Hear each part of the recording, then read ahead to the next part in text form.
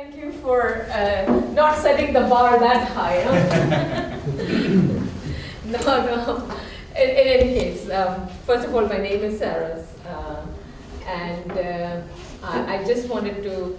This is, even though this is better than having everybody sit like in a classroom, still seems a little bit too formal for me, formal for my taste. So one of the things I want to tell you up front is I don't like to stand up there and give a lecture or anything. So I want to keep it very, very interactive, and we can go wherever you want to go, even though I have a slide deck just like a safety blanket. We don't have to finish all the slides, and then if we finish all the slides, there are other things we can talk about as well. So I want to keep it very, very interactive. So to get started, let me have a show of hands. If you are from Accelerates or connected directly, will you please raise your hand? Okay. Then if you consider yourself an investor of any kind, whether it's public, private, banker, whatever, may I see the hands? Okay. And who the heck are the rest of you? So what am I missing? I know he is government. He doesn't do anything useful. Exactly. He just hangs around. He comes mainly to argue with me, or rather I come to argue with him. But any other, what would you call yourself? I'm a consultant, but not related to Accelerate. Okay, all right, okay. So you're an independent consultant, That's okay? right, yeah. Anybody else? Any other category of people that I should be? Professors? Yes? Financial advisor.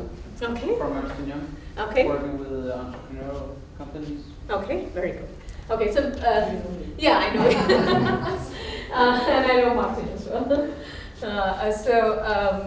Anyway, thank you for taking the time to be here. Now, Peter told me I should introduce myself. I just want to ask you, what do you want to know? What should I say? Any questions? If no questions, then I'm not saying anything more about myself. For some reason, you thought it was worth your time to get into a car or whatever and come here. So I'm assuming you already are invested in me. So what the heck? You don't need to know me any better. But as we progress in the talk, as I said, feel free to ask anything that you think might be worthwhile. And if you do want to know something about me that you may not know, it's just that I have been an entrepreneur before being a professor. So I do have some real world experience that might give some comfort to some of you, I think. So I'm just letting you know that ahead of time. So when I came into academia, my concerns, as you can imagine, were pretty practical. At the same time, there was also a deep kind of a philosophical attitude towards entrepreneurship. Having been an entrepreneur, but more importantly, having been somebody who got an education through entrepreneurship, in the sense that I'm the third daughter of a family of 4 kids, and the fourth one is the boy. So I grew up relatively, lower middle class in India, and my father was very clear that I was not going to college if I did not get a full scholarship of some kind, because he could barely save enough money to send my brother, and nobody in the family had any college anyway. And it turned out that the Tata Foundation had a scholarship, a full scholarship that I could apply for. But the reason I'm telling you this story has nothing to do with my personal background in general, but what happened through the process of trying to get that scholarship. As you can imagine, in India, when you apply for a scholarship, there were like 10,000 people competing for every single one of those scholarships. And the scholarship had all these different stage-gated processes that you have to go through before you'd get the scholarship. And one of the stages was when you had to read the biography of the founder of the Tata Group. It was an amazing story, and it kind of stayed with me, his view of entrepreneurship. And his view of entrepreneurship is really not about starting a company or even economic development. So, and in a way, that what I've experienced in reading his biography has come back full circle in my research. So I want to share that with you, and I want to begin there. So you might be, if you're a little confused as to what I'm doing here. Okay, this was working like a minute ago. It's not working. Ah, there we go. So can anybody tell me what that is? Some of you might know this chart already. So who can tell me what that is, just by looking at the chart? Number of publications. Yeah? I don't want you to just read that. Come on, Peter, you can do better than that. Level of education output over time. First you have the journals. So the number of scientific journals and the number of PhDs per year in physics, right? What is this? This is the time? What's this chart telling you then? That there's been an exponential growth in scientific journals, And it correlates somehow to the number of PhDs. yeah, that's not surprising. What else does it tell you?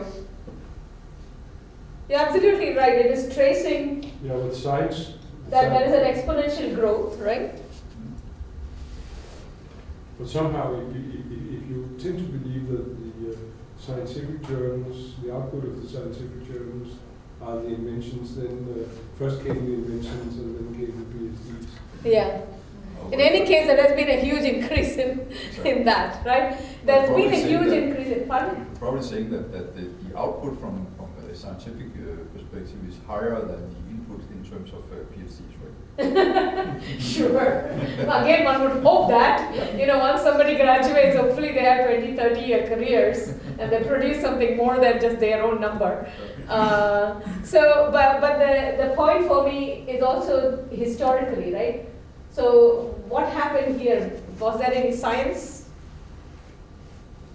or not? So if you look at the history of science, when we look at it, if you look at all of human history, virtually everybody, right, all scientists are here in the 19th and 20th centuries. Through all the scientists that we have had as human beings, as a species, they all exist like in the 19th and 20th centuries, right? That's what it results. And so where did they come from? And what happened here to set this curve off? Anybody knows what happened here? What actually got this curve started? Well, here's what happened, right? This guy, Francis Bacon, wrote a book called Novum Organum, where he basically argued that there is a systematic way in which we can understand how nature works. That this is not, some of the explanations that they had around that time for any kind of scientific discovery or invention at all was that, can anybody guess? What were the explanations for where anything, divine, yeah, you have some kind of divine revelation, right? Some people can just, God reveals it to them, or that they're just born with it, right? Some men can read the signs of nature, they used to say. The signs there is SIGNS, right? Some men can read the signs of nature. And there was divine explanation and genetic explanation. And then there was the explanation that, it is just something that rich guys do. Right? Because the gentlemanly class had the time to collect, the number of butterflies in their yard, or they maintain star charts, or whatever it is, just something that they did. Or something the tinkerers did, right? The people, the little artisans, it's not something any normal person would do, It was that kind of, all those kinds of explanations. Well, as you can guess, we have had exactly those explanations for entrepreneurship here till the 20th century, right? And then at the end of the 20th century, we still have explanations of that kind. Until, this guy, he's Herbert Simon, I don't know if you have heard of him. He wrote a book called Sciences of the Artificial, kind of Novum Artificium, if you will, which is basically arguing that the stuff in human nature and the things that we do in human affairs, that could be, that's also a science that we could study. Not the science in the sense we study physical sciences or social sciences, but sciences that involve human purposes, right? Because normally when you say science, you assume Human purpose is outside that. That's something ethicists deal with, politicians deal with, reformers deal with. It's not something scientists will deal with. So, but given the purpose, scientists can study everything else. So he argued that. I was very fortunate to work with him in the late 1990s in my dissertation. And we talked a lot and argued a lot and figured out how are we actually going to show that there exists, a method in something like entrepreneurship where you can do the same kind of thing. I think we are at the beginning here, very early stages where Bacon was with regard to science. I think we are with regard to entrepreneurship, and we expect something amazing to happen in the future. So this is kind of the overall inspiration, motivated. And people ask me like, how can you get on the road? Or how do you work so hard? Or, I don't think I work so hard. Or I just think it's amazing. I feel as if you read his book, it's giddy. If you read Francis Bacon, he was so convinced he was at the beginning of something awesome, and he was, right? And I'm like, we should take a chance on that too. So this was my dissertation idea, partly extraordinarily practical. And that is exactly how Bacon did it as well, right? How did he go about finding the scientific method? He went out and hung out with the tinkerers, and he actually noticed what they do in building something new or in designing something new. He literally studied ordinary artisans and tinkerers, and out of that he extracted this idea. And then of course for 200 years people argued with him. But in the meanwhile, slowly people also started building ways to teach science to such an extent that now we don't teach science only to scientists or to potential scientists, we teach science to everybody, right? 5th graders and so on. And I think that is where we should be headed with entrepreneurship, except we don't know what to teach them yet. But that's the process. So I would like to, when I talk to you about the research that I'm engaged in the last 12 years or so, I'd like you to keep this bigger picture in mind, that what we're really trying to do is not just to explain how some people succeed as an entrepreneur. I think that's a very puny motivation for research. Because a lot of people, there's a very, very good explanation for how people succeed. They are born, the way you become a millionaire is you're born the son of a billionaire. Right? That explains everything. I'm being cynical here, but at least you're born the son of a millionaire. That would explain a lot too. So it's an issue really is not just to talk about success, but to really think through the issue of how to make success happen in the large, irrespective of the individual entrepreneur or the individual venture. So that's the philosophical question. But here is a practical one. So the practical question I really wanted to start my dissertation with was so here's the subject pool I was interested in. If you are an experienced entrepreneur, you've been an entrepreneur for 15 years or longer, you have started multiple ventures, including successes and failures, and taken at least one company public, which means you have been through all the possible experiences you can have as an entrepreneur. What is it that you have learned through your experience that I can learn and teach? This was my dissertation question. So it was really not about what made you successful, but what you learned through successes and failures and the achievement of superior performance over time, right? So I was really interested in that question. And so can anybody here tell me, if that was your research question, how would you study it? Well, talk to entrepreneurs and Okay. see what they say. Okay, so talk to entrepreneurs. Now here is the expert entrepreneur. What will you ask him? Well, what have you learned that you think that others can learn from you? Well, that's kind of direct enough. What kinds of answers do you think you would get when you ask that question? You work with entrepreneurs. I'm sure you can guess some of the answers. Yes? Well, I don't know, they will tell you you have to know something about financing and about your customers and about products, about how financial markets work. So these will be some things that they will tell you. Okay. And they will tell you that there's a lot of luck involved. So basically get an MBA. Not necessarily, that could be a part of it. Okay. But there could be something also about stamina, overcoming, and the question is whether it's teachable. That's a good point, right? But perseverance, things like that maybe. So an MBA is not enough. What do you think?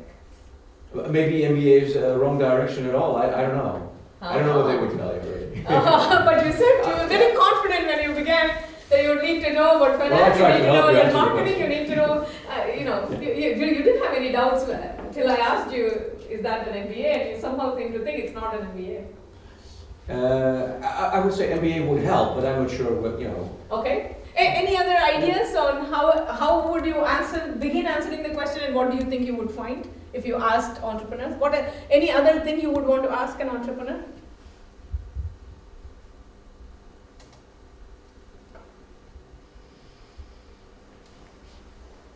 I want at least one more. I'm not moving otherwise. Yes.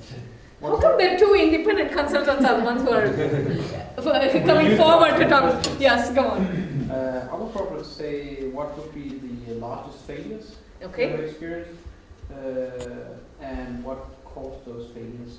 Okay.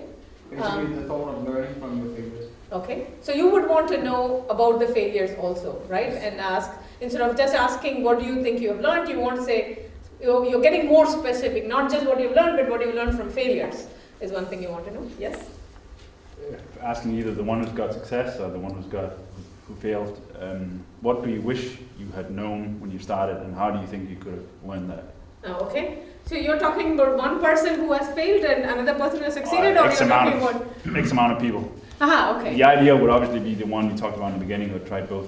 Yeah, exactly. So what did you learn from your success and what did you learn from your failure? But also tell me about the failure. Tell me about the Or what do success. you wish you had known And what do you wish you had known? when you Okay. started out? Okay. So now that you have been an entrepreneur for so many years, what do you wish you had known? Okay. Now I understand the question. Okay. All right.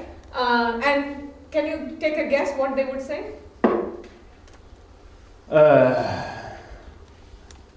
Never had done it. Other people can pitch in as well. Yeah. What do you think they would say about the failure question? I'm not sure. I think they would probably say there was a lot.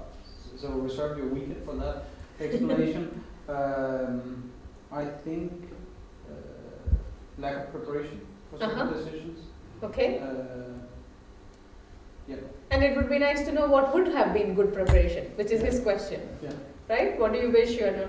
Okay, yes. Decision making. Such as? Well, given a certain situation, why and how did you make that decision to move in either or direction? Correct. So you would want to know what were kind of the important decisions you made, and again, what would you do differently, or what worked and what didn't work, those kinds of things. Yeah. Right? Okay, yes. I think on a similar note, you might want to consider, are there any standard approaches to problem solving that you might apply whenever you're confronted with a challenge? Okay. Try and try again. Doesn't work for you? Could do, I'm not sure. Somebody already said about being persistent. You said that, right? So try, go out there and try and try again, and don't come back till you succeeded. But hopefully you learn something, so you don't just try, so you try better and better and better, right? All right. So these are all good ideas, great questions, and if I gave you a little bit more time, you'll come up with even better questions in terms of what you could ask the entrepreneurs, and especially if you've talked with a few entrepreneurs and then you prepared the question, you could ask more detailed things like that. So I did construct like an interview type things. I also interviewed a lot of local entrepreneurs, not the expert ones, right? Because there are very, very few of them. But what I decided to do in the original dissertation was to go one level deeper than interviews. And so I constructed an experiment actually. So I'll tell you a little bit about this. So there were a total of 245 people who fit the criteria that I gave you, which is for 15 years or longer, with multiple ventures, including successes and failures, and at least one company public. I wrote to all 245 of them, and 45 people accepted to participate in the study. Out of the 245, 55 came back due to, the person had died or I had the wrong address or something like that. Out of 190, 45 people accepted. And this original study that I'm going to talk to you about, and then I'll tell you also about other studies that we have done, consisted of 27 expert entrepreneurs, and what I did with them was I created a 17-page problem set of typical decisions that happen in a startup, 10 different decisions. And I would go in, I would put the 17-page thing in front of them, and I would turn my tape recorder on and I would say, please start reading. And the idea was for them, and this is not a questionnaire, these are really complex kind of problems, that the kind of problems they would actually make in the real world, with lots of conflicting information, you know, that kind of thing. And I would ask them to talk continuously, to think aloud continuously as they solve the problems. And all 27 of them, irrespective of where they had built the company, and deliberately we found entrepreneurs from every industry you can imagine. There's all, you know, software and biotech, as you can expect, but there's also retail, there's personal services, there's even steel and railroad. So all of them are looking at exactly the same 17-page problem set, and I'm asking them to think aloud as they solve the problems. So now I'm able to find out not only what answers they give or what they think they learned, but I'm actually seeing them make some decisions. And I'm able to look at what kind of information they look at, what kind of information they ignore, how they go from A to B to C, how they make the decision. And then you start comparing across the 27 of them, and you look for what is the most common pattern of decision making, right? So this was the study. And at the end of each experiment, I would also ask them a whole bunch of unstructured and structured interview questions. And of course, I had all their bio data, I had the data from their public companies and all those kinds of things. So I had all these other things, but the key to this presentation is going to be what came out of the Think Aloud Protocol study. Okay? So the way you want to think about Think Aloud Protocol is imagine yourself doing a math problem, right? If I ask you to multiply 24 by 32, and I ask you to talk continuously as you do it, because I don't want you to just do it mentally or with a piece of pen and paper and give me the answer. I want to actually hear you make the calculation. So you can easily imagine, I'll very quickly be able to know a lot about how you do arithmetic, but also in some cases I can tell you where you went to school and which decade. Because people teach arithmetic differently in different countries and in different eras.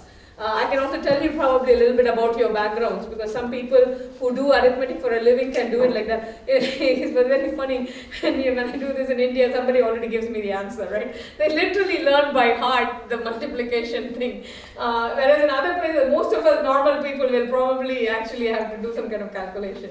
But you can see the level, so you can learn a lot about how the mind works and what you have learned in problem solving. And by the way, people have used this method to study experts in 200 different domains. So in that sense, it's been a very well-used method in cognitive science. I'm telling you all this just so you have a way of evaluating whether the rest of the presentation is whether you buy it or not, right?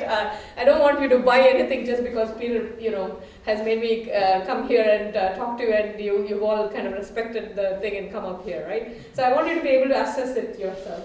But at the end of the first study, we did find that there was this common pattern in the ways these people made decisions, and we had all kinds of decisions: marketing decisions, finance decisions, hiring decisions, negative feedback decisions, failure decisions, firing decisions, and decisions about whether to go public, leadership decisions. All those, there were 10 different decisions. And the original protocol is also available for those of you who are interested.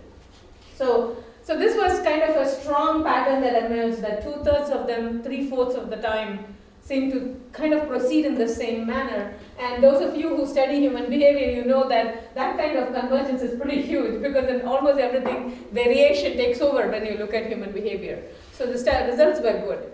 But since then, what we have been doing in the last 10 or 12 years is we have replicated that study with novices, both students and novice entrepreneurs, right? People who have never started a company and people who are in their first or second company.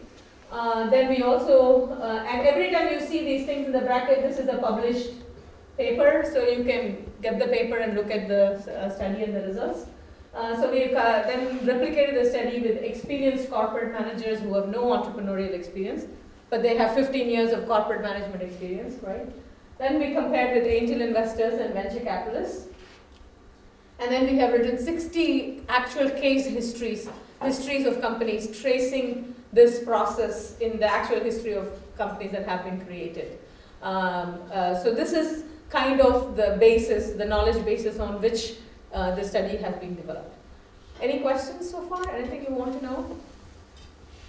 No? You want to know what the findings were? Yes. I need more energy from you guys, right? Go take a sandwich or do jumping jacks or something. Yes? Can you define a bit more precisely what's the difference between effectual logic and causal logic? Yeah, that's what, for that you got to pay.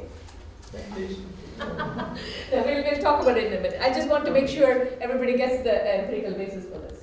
Okay, so what makes effectuation different, in case you have heard about, maybe I'm actually going to skip this one because you probably don't care about this. So very quickly to say that, there's a very large and rigorous empirical basis for this, and then it kind of overlaps with something we know practically, and it's been related to important ideas from different disciplines, and yet practical and teachable. That's just to give you the sales pitch on effectuation. But let's go to what we know. Sorry.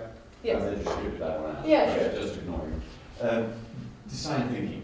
Yeah, I mean, that's a word that seems to pop up now correct. All over the quite place. often. Mostly because Stanford is pushing it. Is it the same or is it different? Yeah, so that's what I'm trying to say. There are lots of overlaps, but also there are differences, right? So it works well with some of these ideas that are coming from practice, right? It's not really academic. The design thinking thing is not an academic idea. It's coming from practice. Yeah. So effectuation works with that, but effectuation also tells you some other things that are not there in design thinking. Most importantly, dealing with other people. Right? How do you bring people on board? Yeah. In design thinking, they only talk about the team, Yeah. and the team almost magically appears. They don't really talk about how, if you are nobody, how do you get started and put together a team that becomes, a Google or a Microsoft or a Starbucks or even a reasonable mid-sized company like your Maya Group or whatever, right? So how do you do that? That is missing in a lot of these other theories that are out there. So effectuation, I think, adds to some of the things that they're talking about. And also effectuation is so focused on entrepreneurship that it's not really explaining product design or anything like that, right? So there are lots of overlap but also differences. But all I'm saying is effectuation works well with those theories. So they're not the same though, they're not at all the same. So I can go into differences, but I don't think that by itself is useful. Do you want to do that? No, just getting your Yeah, all right. So overall, from all the studies, this is sort of what we know. This is like a one-page summary, right?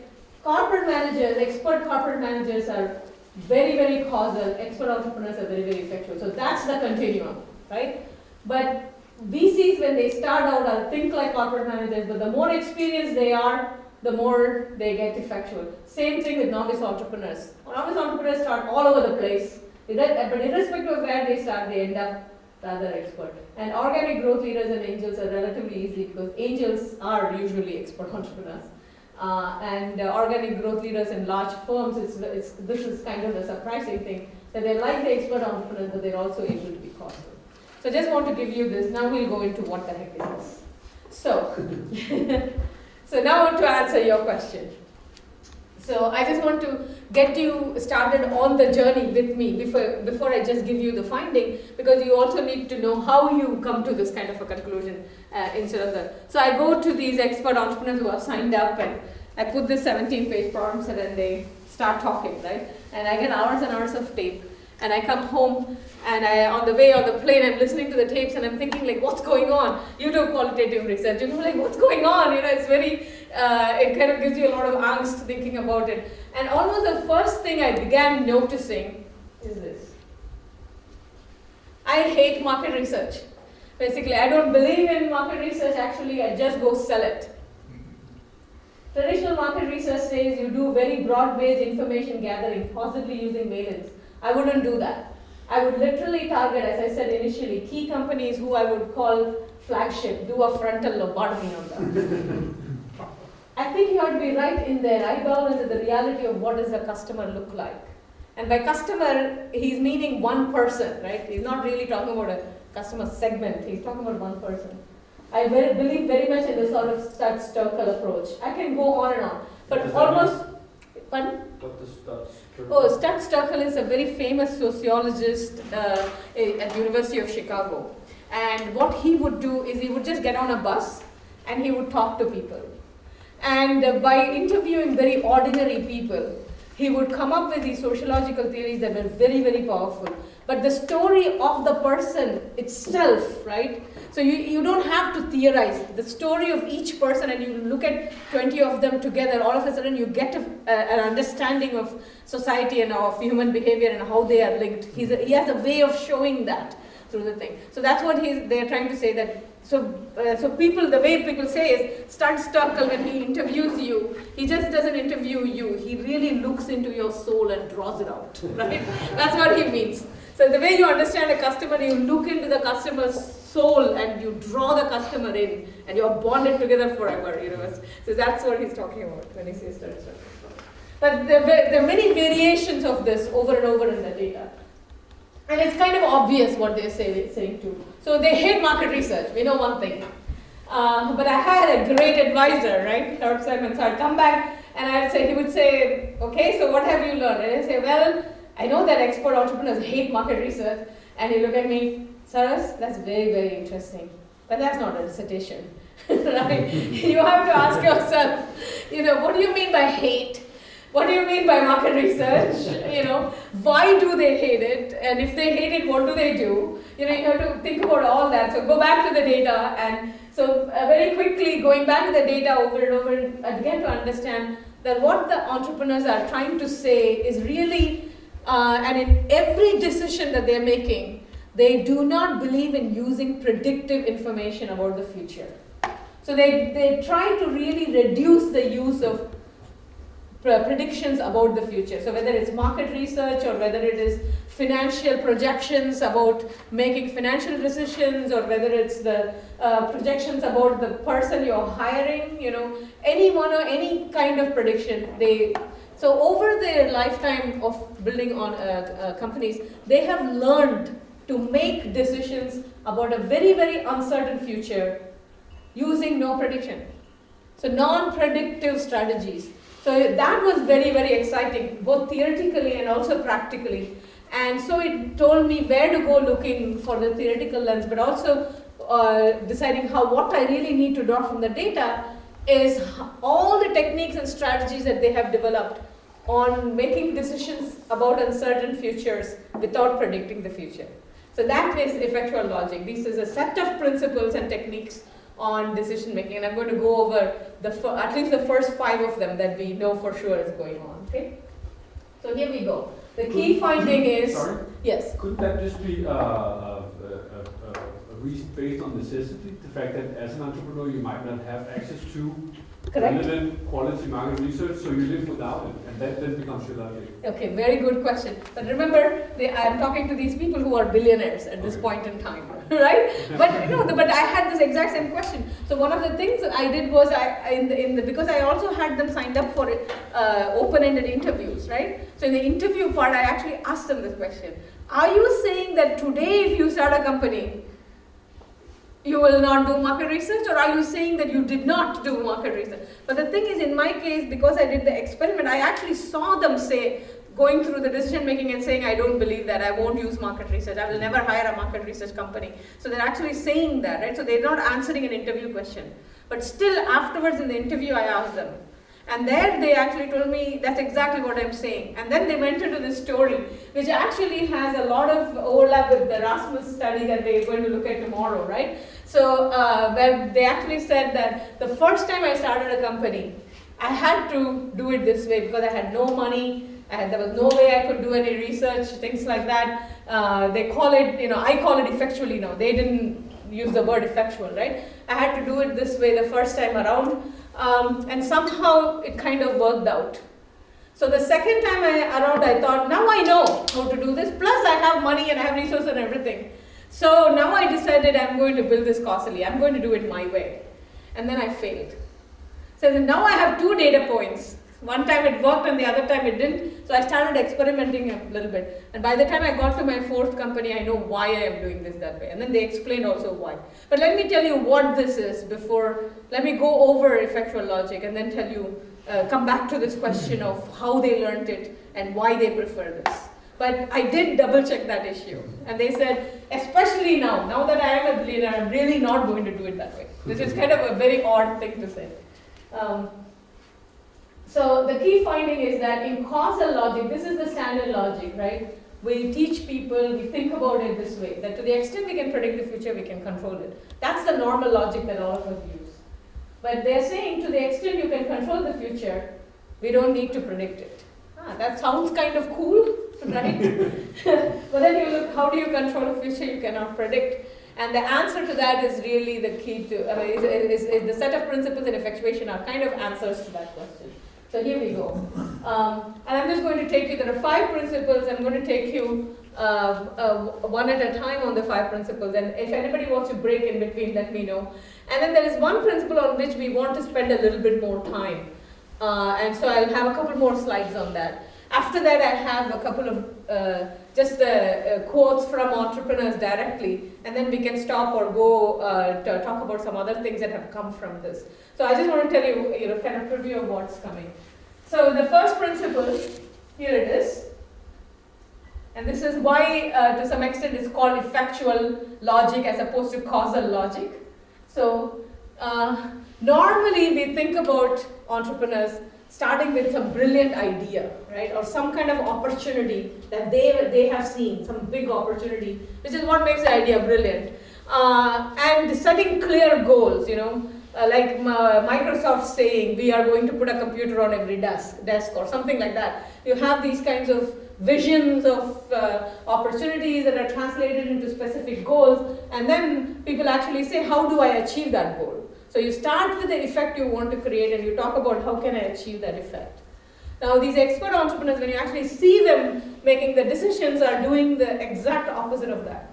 They're just talking about like what kinds of means do I have available to me, and then they're asking what kinds of effects can I create given the means I already have. So they're not talking about the effect first and then how do I cause it. They're talking about means and then talking about what kind of effects can I create. So the way you want, and the means that they're looking at are also things like who am I, what do I know, whom do I know. And given who I am, what I know and whom do I know, what kind of effects can I create. Now here, I usually like to pause and take you through a little simple exercise, and some of you in the room already know about it, so maybe you want to bear with me while I do this again. So the example I like to use is cooking, right? How many of you like to cook? Alright, a lot of people like to cook. So if I asked you to cook causally, how would you cook? Follow a recipe, I guess. Alright, so you first have to decide what you want to make and then follow a recipe, get the good ingredients, right? And if I asked you to cook effectually, how would you do it? See what you have in the fridge, see what inspires you, and then see. Okay, so so this is kind of easy, right? What's causal and what's effectual? This is kind of dumb at this point in time. So now let me ask you the question: which dish do you think will be better? Mine.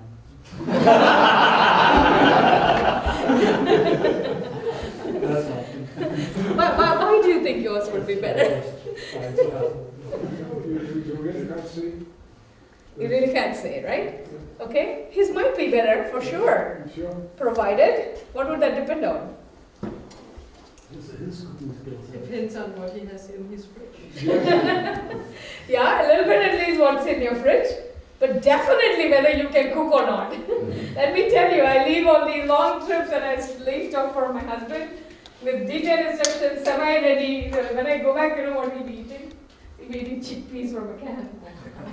There's no use what's in the fridge. There's no use giving causal. There's no, so it is important. So all the stuff that you talked about, the MBA type stuff, you cannot do if you really don't know how to cook. It doesn't matter, whether you're cooking causally or effectually. So now you ask yourself, assuming both of you are great cooks, they're really good cooks. Now which one would be better? That's where the real real importance of this From principle. From what standards? But there's a difference here because if you do something basically I mean you let yourself take it from sort of from the start without a recipe, then you follow your own logic. Yeah. If you work through a recipe made by somebody else to take it to the extreme, then you follow somebody else's logic. Yeah. So my argument would be that following your own logic, if you're a good cook, then you're better at it. Okay. All right. Now let me change. Let me take your response. In the latter case, the creativity will play a very big role. Aha. What does that mean? Well, In terms of outcome, what does that mean? well, You're very close. It's very important. It will be very dependent upon the person and his creativity and what possibilities is with the given ingredients. Correct. So what would you like to cook? The causal cook. What's your favorite dish? I don't know. With the recipe. What is your favorite dish in actual fact? This is not a trick question. No, let's take lasagna. No, lasagna. So in his case, what will we get at the end of his cooking? He's a good cook. Almost ready-made. Assuming he's a very good cook, he's doing it from scratch. He says he's cooking lasagna. Good lasagna. What do you think you'll get in his case? Not lasagna. No. Right? So one of the things is chances are very high that whatever he started to cook with and what he ends up with may be different. And also that in actual fact, even if he actually set out to cook lasagna and he had most of the ingredients, that's probably going to be a very different lasagna than he has ever cooked before in some ways, because some ingredients may be missing, so he might throw in some other ingredients. So the probability of novel solutions, novel ventures increases. Not a question of whether you are going to be a successful entrepreneur, or because if you're both good cooks, you'll probably have pretty good dishes at the end of the day that are edible and people will like to eat and you would like to eat for sure. But the issue really is you're more likely to come up with something novel. There's one other big difference in the outcome in these two cases. Yes, but if you Just one question. Sure. If a cook opens the fridge Yeah. and he takes a look into it and he sees that there are 10 different types of ingredients in Yeah. there, wouldn't he normally think causally and say, all right, with these 5 ingredients, at least I have the basis for lasagna, then I can always put smart things in. Sure. If So that is the second difference. You're absolutely right. Because if you take a strictly effectual approach, Yes. you take the first thing out of the fridge, and then you'll see where you go from there. Oh, no. That is not effective. A lot of people actually think that is effectual, and this is one of the battles I've had to fight. Yeah. Effectual is So not just not being causal. No. There is a method to being effectual as well. Yeah. And you're pointing to the second point I want to make, which is really the resources in the cupboard, Yeah. right? Yeah. So if you have lots of different things in your fridge, especially you're a good cook, you probably have, you're absolutely right. You have the choice to cook causally even when you're just opening your fridge. Yeah. But if you did have all the ingredients that you wanted, that's when it gets really interesting, right? In the effectual case, you will still make a great dish. That's the idea, right? Because you're a good cook. But it will be different. And it will only use the resources in your cupboard because you're not going to go shopping for ingredients. So it's likely to be lower in cost as well. Right? So it's not really whether the dish is going to be great or not, but the idea that you are more likely to come up with a novel dish, and the fewer resources you have in the cupboard, the more likely you are to come up with a novel dish. Right? And even if it doesn't turn out to be the perfect dish, you're only going to lose things within the fridge. So you see, so those are the predictions about outcomes from the first principle. And remember, this is only the first principle, the first principle of effectuation. You see what I'm saying? So it's not that you can never be causal. Your point is absolutely well taken. But it says you don't have to be. You don't have to have the recipe. You don't have to have all the ingredients. You can still cook a great dish. Yeah. But you do need to know the basics of cooking, though, right? So that's kind of the first principle that you do. Now you think about, move from the cooking example. Think about starting a restaurant. How would you start a restaurant causally? Marketing consultants teach this all the think about time. the location. Location. Right. That's the first rule. first thing is you find the location, and then once you found the location, that kind of determines who your customer pool is going to be in some ways. Then you start, so if I always like to contrast like a high-priced office location versus like a low-priced university type situation, right?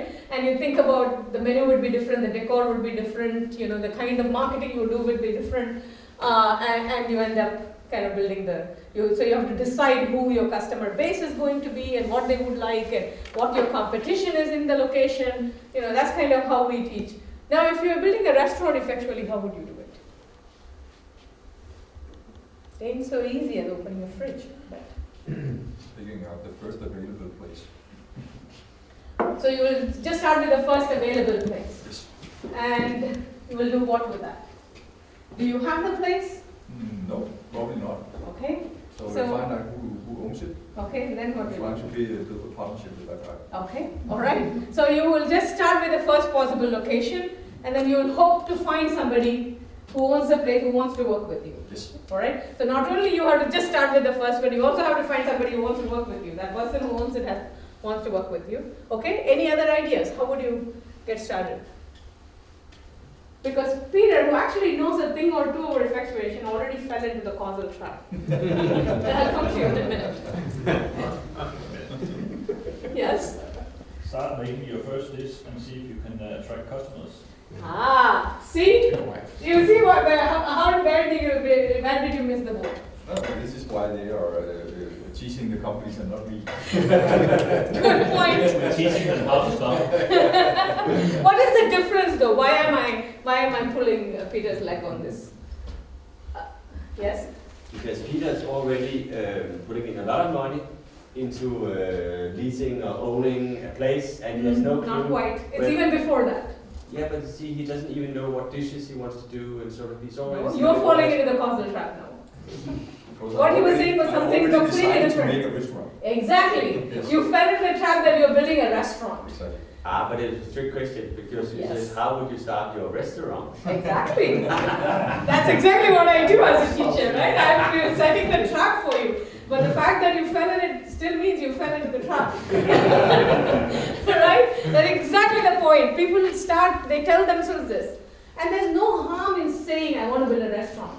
But what the effectual entrepreneur tells is, don't fall into the trap. I understand you want to build a restaurant, but start with who you are, what you know, and whom you know.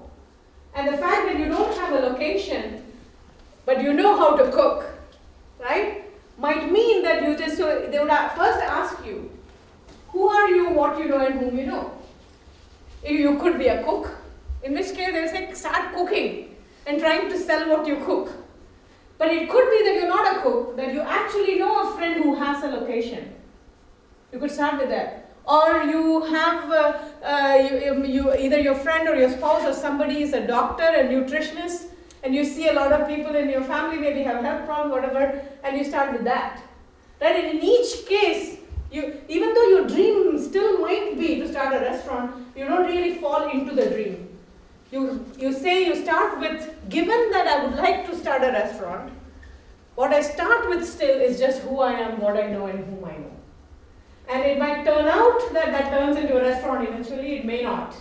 And you're open to that possibility. That what you end up with may be a catering business, what you end up with may be some kind of a jewelry shop, because the location was not very good for restaurant, but it was great for jewelry shops. Or you might end up with some kind of an obesity clinic or something else eventually. Or something completely different could happen as well. And that is, you could start a catering service and it turns out into something else. And I'll just share with you a small experience that I had. One of my early ventures was to start a lunch service in a big office building, just because I had a cousin who worked downtown and I knew to cook, and so I brought some lunch for people.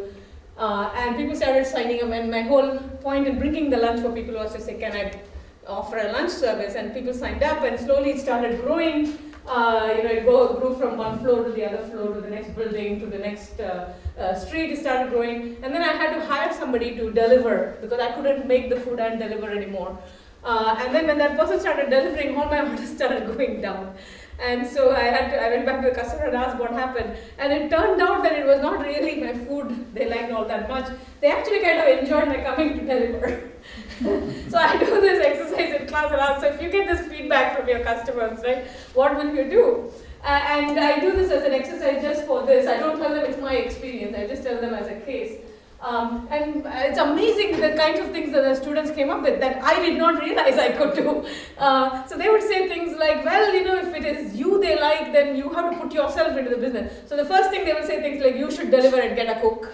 Right? That's the simplest reaction. But they also started saying things like, maybe you should make a video. Maybe you should start a cooking class. Right? Maybe you should go into the stand-up comedy business. Because that's how they interpreted my saying I'm a bit of a cook. Right? You should go to the stand-up comedy, or you should become a professor, right? Which is what I've done. But the idea really is that you don't want the starting point to limit the ending point. That's kind of what they're talking about in the first principle. Okay, so now let's say you start with who you are, what you know, and whom you know, and the 3 or 4 different things you could do. How do you decide which one to do and which one not to do? So that goes into the second principle. Now in standard finance, you know, we always talk about try to project future cash flows and then do some kind of an NPV, DCF type analysis, and then you want to go with the project with a higher expected return. These expert entrepreneurs do kind of the inverse of that. They actually ask themselves, you know, would I want to do this even if I lose what I'm putting in? And what is it that I can afford to lose? And let that determine which projects you enter. So can you think of an example of how you would make this decision? I kind of told you what the principle is. Like the cooking example, can you think of any other example for this? Can I call on someone? So let's think about, let's say you have a job that pays $200,000 a year. How would you make a decision to leave that and start a company?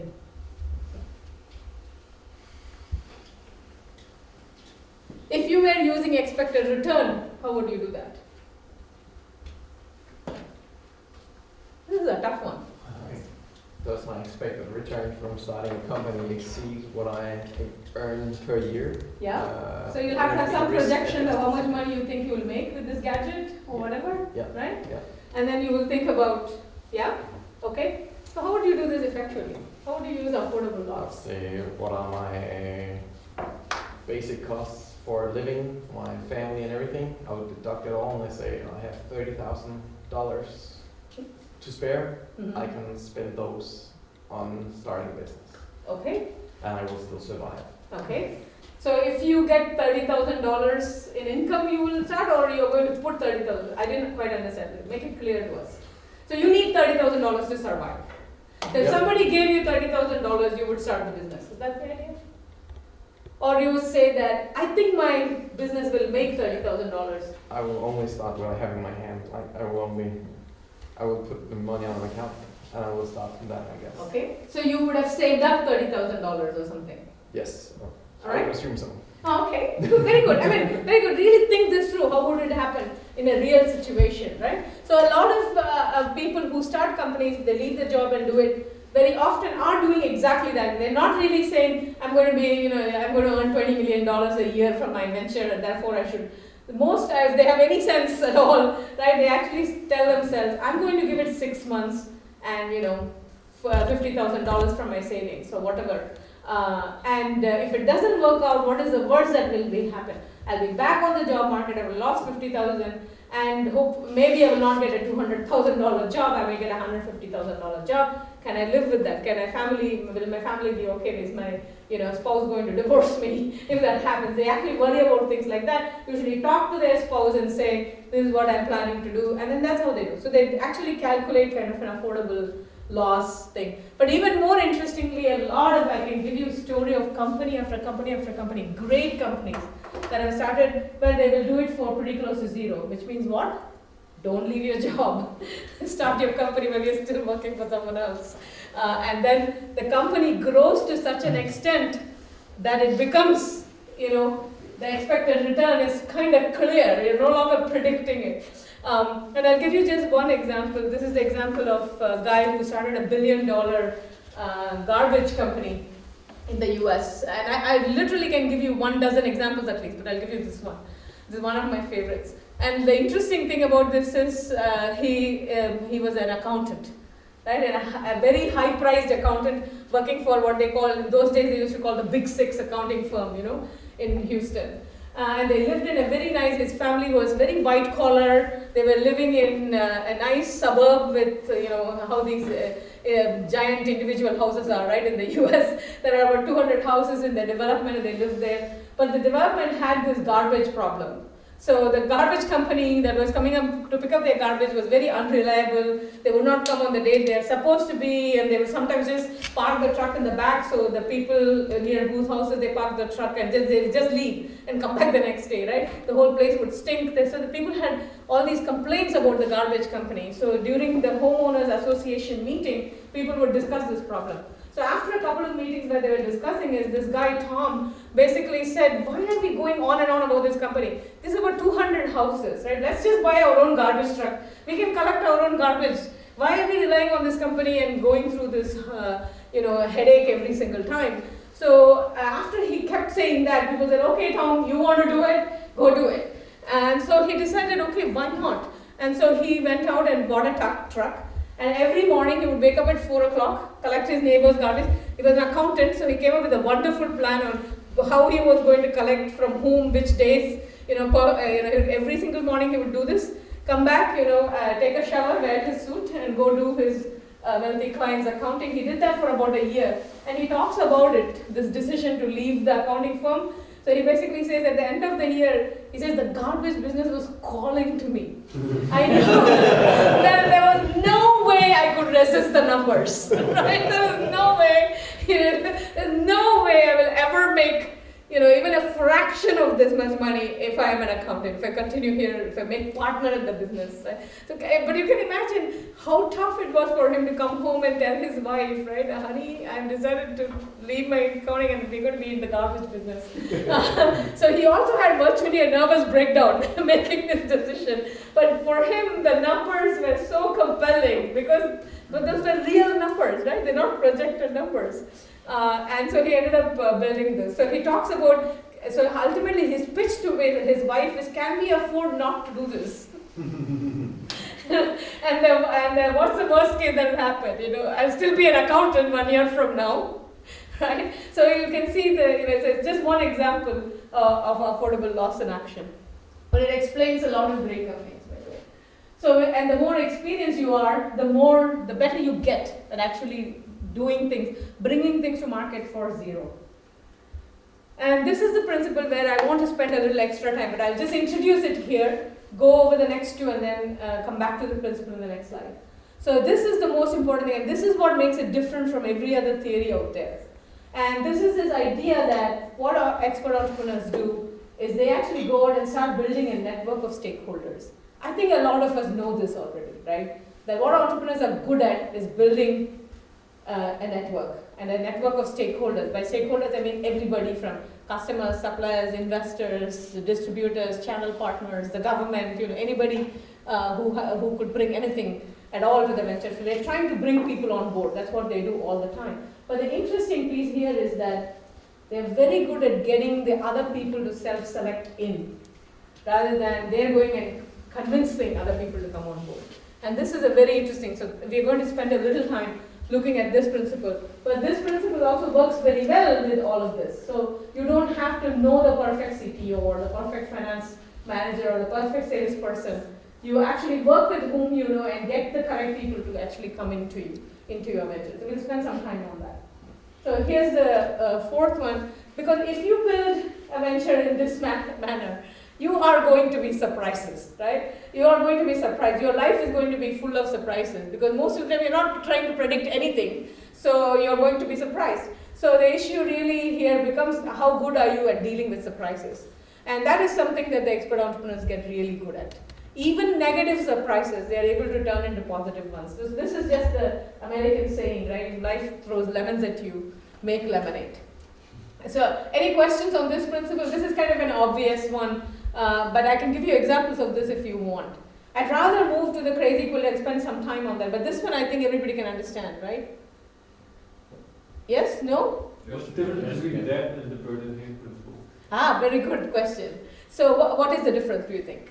Yeah, I mean, it sort of it predefines, I guess, what you have.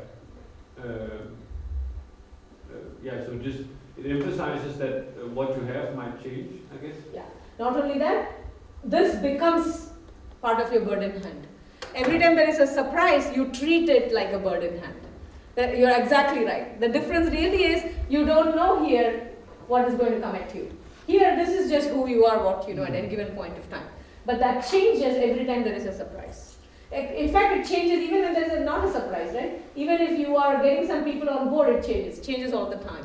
So bird in hand changes all the time. But the idea here which makes it interesting is when something surprising comes at you, you have this attitude that just goes into your bird in hand. Versus considering it something that you have to fight against. Correct? It's that attitude that is different. Otherwise, you're absolutely right. It's exactly the same of the burden, but the idea that you treat surprises as inputs is the 11A principle. That's why we need a separate one. Make sense? Yeah. I guess it talks a little bit about also the who you are as an entrepreneurial person. Correct. I mean, that you embrace surprises. Absolutely. Exactly. And they become more and more of the expert entrepreneur, even if originally you might not be. Right? Who you are changes. Everything changes. Yeah. And then the last one is really this idea, and this is the overall kind of philosophy that these expert entrepreneurs develop. They truly start believing that the future is not predictable. They treat the future as unpredictable for the simple reason that they don't believe that there are inevitable trends, right? There are, the way they would say is, history does not run on autopilot. You and I, what we decide to do makes a difference. So they become unafraid of going out and taking on the system to change the system if needed. They do not take the system or the environment or the market or whatever, or the world as given. So this is a bigger one. This is the biggest one and is the most difficult to understand and study and talk about. But this is what you become. When you become an expert entrepreneur, you do not take environment as given. So people always ask me this question, do you think this will work under all ecosystems? And the 60 case histories that we have written show that it actually is the only thing that works under all ecosystems because it actually takes the ecosystem as changeable. Right? The attitude that it doesn't matter you're in drug rid in Colombia or you are in very strict law enforcing Singapore or you are in 18th century England where people are still being tortured and stuff. It doesn't matter whichever. The fact that you don't take that as given and fight against it is the essence of being entrepreneurial. That you believe that human beings can reshape the future and you don't have to take anything as granted. That's kind of the pilot in the plane principle. So if you look at the 18th century entrepreneur Josiah Wedgwood, right? He's just a potter and he starts building pots and he meets a philosopher and he begins to realize that people don't have to die in the social class in which they are born. And he makes his pots the symbol of that idea. So he basically starts marketing not just pots, but the idea that you can move up in your station, right? Wedgwood pottery was basically, so he sent out his pottery to dukes and duchesses and kings and queens across England. And then he would sell it to the ordinary person saying, you have the same vase that the duchess on her shelf. And for that, people are willing to pay 4 times the price.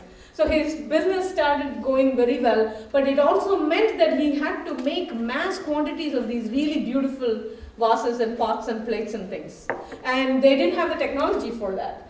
They didn't have, most importantly, there was not labor that was trained to do that kind of pottery. So he would say that, I am looking for artists, but all I find are mere men. So I have to make artists of mere men. And he would say that over and over again. I look for a path, a canal, a path to the canal so I can ship my goods to Germany. But there is no path to the canal, so we have to make the path, right? And he did the same thing. He was one of the very first people to strike emblems against slavery, for example, because he felt he could take on any problem, any social problem. And that attitude grows with expert entrepreneurs. They literally believe they can change the world. Now, I gave you a good example of Josiah Wedgwood. You can imagine bad examples as well. So I don't want to say that all these entrepreneurs are heroes, but they get this attitude that you can reshape, you can change the rules of the game, that you can reshape the environment. So that's kind of the pilot in the pearl trade principle. All right? So, but they do almost all of these, all 4 of these actually through this principle. So I'm going to take you through that. But before that, any questions? Because I've just given you the principles, I want to show you the principles in action. Any questions, issues so far? This is kind of late at night, and I'm hearing my own voice a lot. And that gives me a very serious misgivings. Yes? One of the things that you say is that the expert entrepreneurs don't do any market analysis and they just sort of start.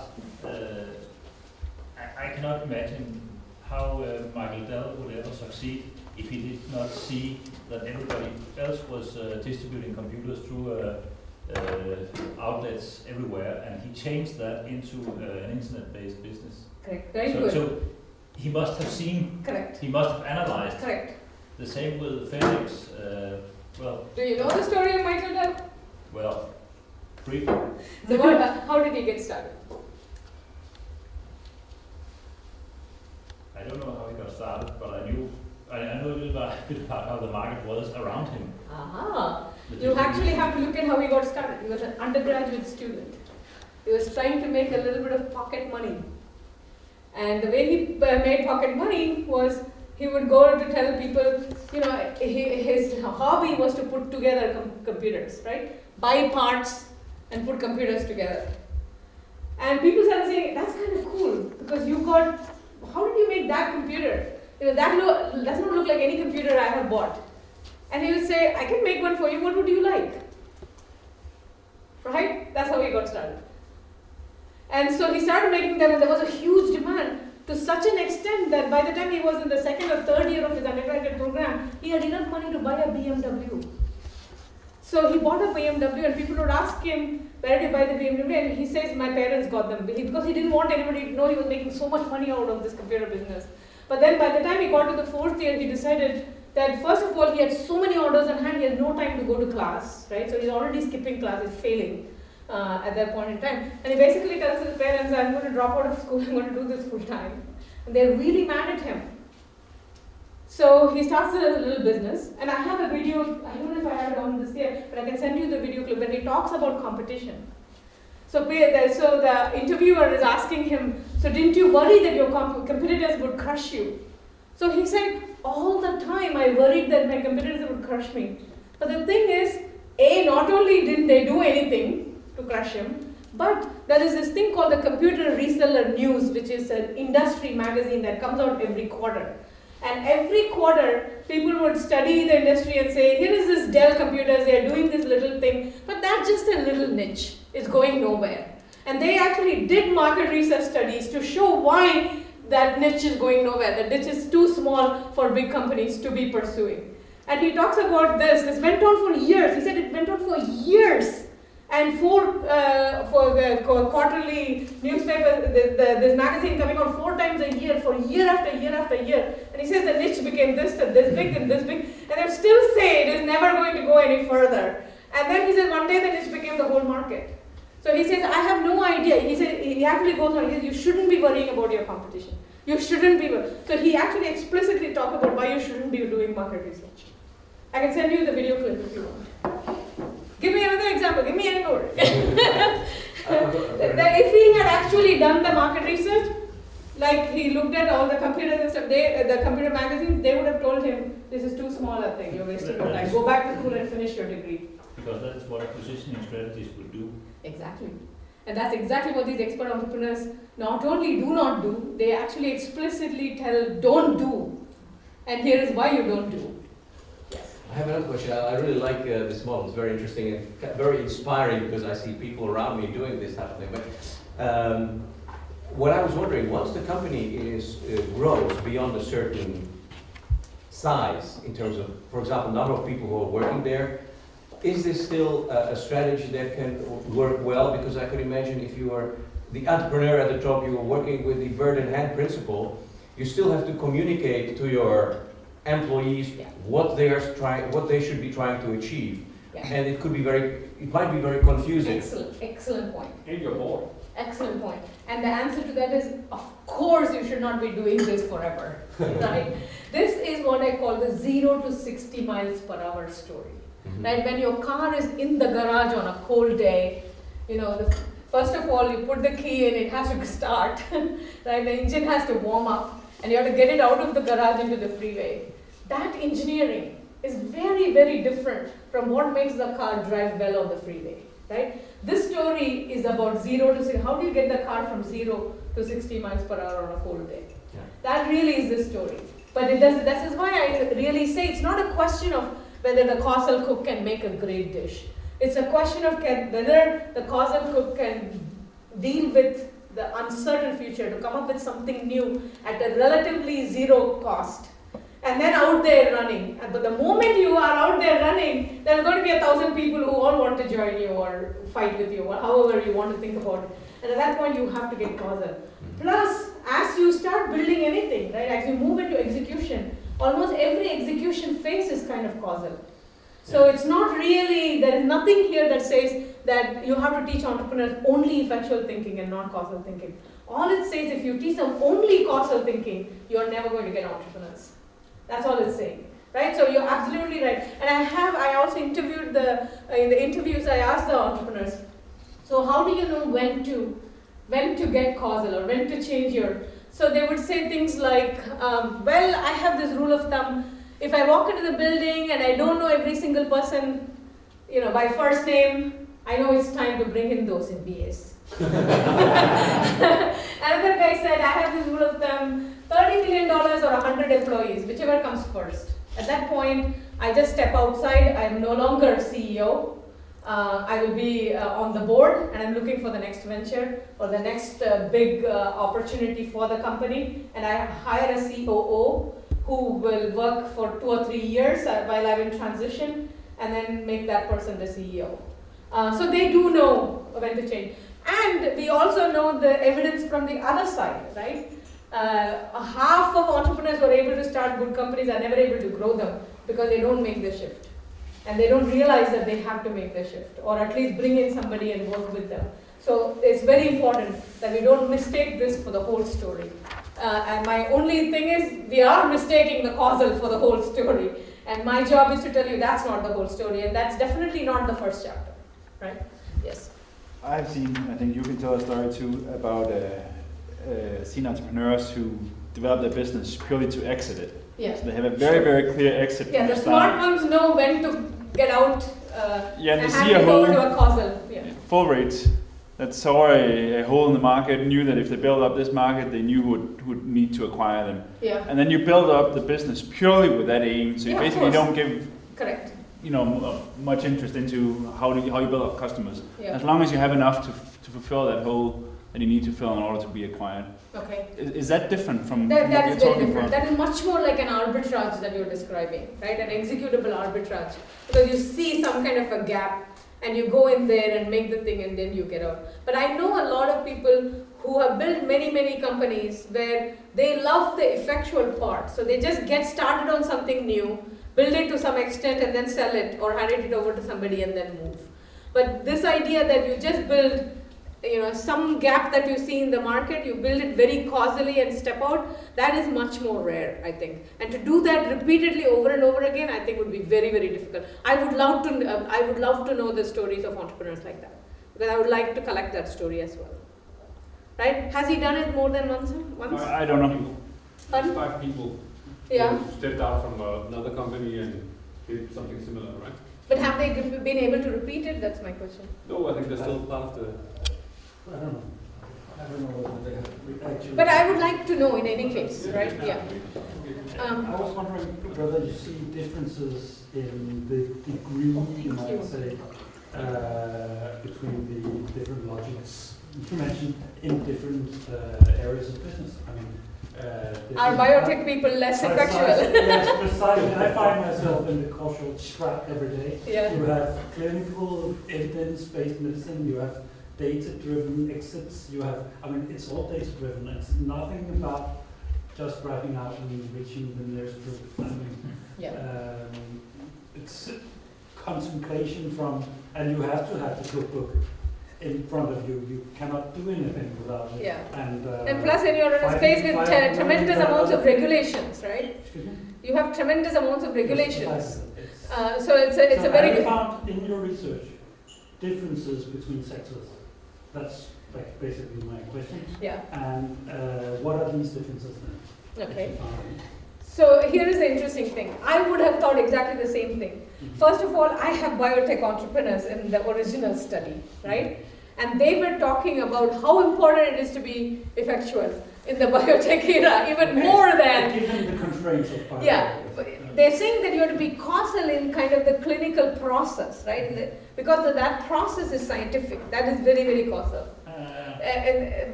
But you can contact different people. But they're talking about, they're talking about funding or, they're talking about how do you bring interesting scientists on board, and how do you decide what IP to acquire to go with your product, to decide, so everything else except the product development part, they would actually say you have to be effective. This was kind of shocking to me originally. Then people started sending me examples of people being very, very effectual in the biotech space.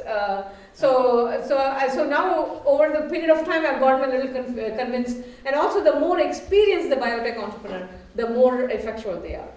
So if you look at a Henry Termier, he's very, very effectual, right? The founder of Genzyme. So the founder of Genzyme, the founder of Amgen. I mean, I've got a whole bunch of biotech entrepreneurs in the study, and now we have case histories of biotech companies. Have you heard of One World Pharma? The entire pharmaceutical company built on expired IP, right? So there are lots of business models that are effectively generated as well in the biotech industry. But even assuming that you're looking at the standard biotech company that is basically bringing some pharma to market, or some kind of drug or medical device to market or something like that, even there they would say the product development phase may be causal, but the way you fund that is pretty effectual. How you get your investor to the kind of investors who will actually put in money. So they will say, don't go to the investor, go to a corporate partnership first. Don't take money from investors in biotech. Right? Their advice is you have to partner with pharma going in. Or you have to partner with other kinds of. So there are some really interesting stories on how they are trying to be effectual but the experienced ones are saying that it doesn't work any other way. All you're doing, so one of the reasons the entrepreneurs say why they're effectual and not causal, why they choose to be, is also because they say when you're predicting the future, what you're doing is you're placing a bet, right? And they say if you want to place a bet, go to Vegas, don't be an entrepreneur.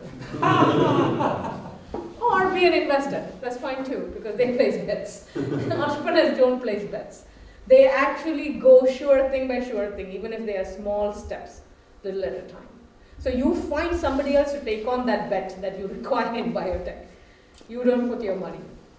And they say there are plenty of people who want to place the bet. Find them. And if you don't have somebody who will place the bet, don't put your own money in it. But I would like to see an investment recommendation from an investor that does not believe in market research. Of course. Investors are very, very cautious, I showed you. Yeah, to some degree, and then when they get experience, they move up. The more experienced they are. So if you go to Kleiner Perkins, right? But they don't have to be 100% effectual. What I'm trying to say is they are finding effectual entrepreneurs. They're making their investments effectually, but they're asking them to be causal because they come in at a causal stage, right? So they're not investing in Michael Dell when he's in the dorm room, but they're coming into Michael Dell by the time he's ready to go IPO, they are there. Right? So at that point, they actually have to bring in causal skills. And in fact, very often the entrepreneur does not have the causal skills, so they do that. But when they do that with very early stage entrepreneurs, they end up killing the entrepreneur, and they have a very low success rate anyway. VCs anywhere in the world, except for maybe two companies in Silicon Valley, they have really bad success rates. Yeah, it's a problem. So they are placing a bet. So it is Vegas, right? Yeah. Yes. Yeah, and maybe it's a question for you guys also, but my feel is that some good entrepreneurs who have VCs in are good at living two lives, so to speak. Yeah. They live this way when they operate their company, and then they communicate in a different way when they have to talk to their investors. Correct. I don't know whether that's something. But we have a wonderful study of angel investors in I mean, we are in a very different and very hard spot to be apparently, because we step in actually when they come out the door. Yeah. So they're still very. Do you invest in people who talk like that?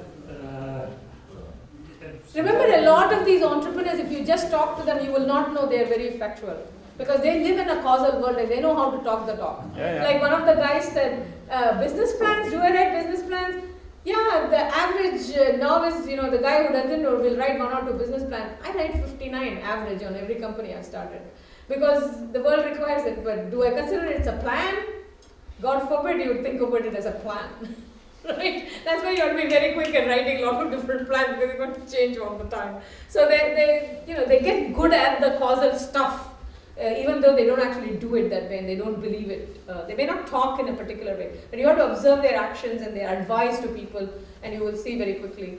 And I do want to mention the angel investment study. So we studied, we have one of the world's best angel investment experts. He's got data from every angel network group you can imagine.